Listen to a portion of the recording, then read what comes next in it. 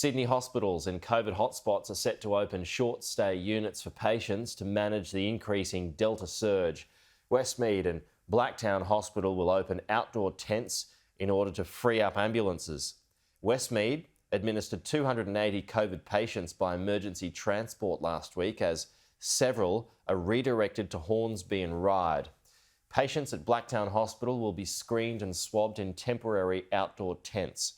About 80% of intensive care beds in New South Wales are currently full. Patients battling COVID in hotspots are pleading with people to go and get vaccinated as New South Wales continues to break national infection records. The state's government admits the hospital system is under significant strain and is looking to increase beds and ventilators. This is 50-year-old Farwad. He has 6 children. His entire family has tested positive. I don't know how I caught this virus, and I'm not doing too well at the moment.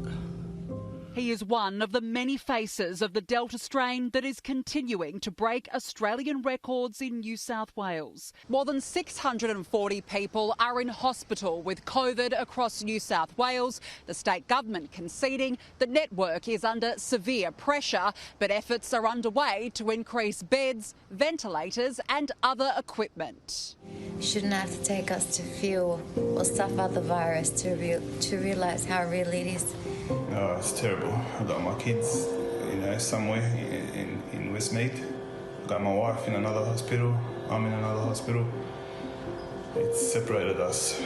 These are just some of the stories from those battling COVID in hospital. Their symptoms are real and their message is clear. So please get vaccinated. I wish I did it beforehand.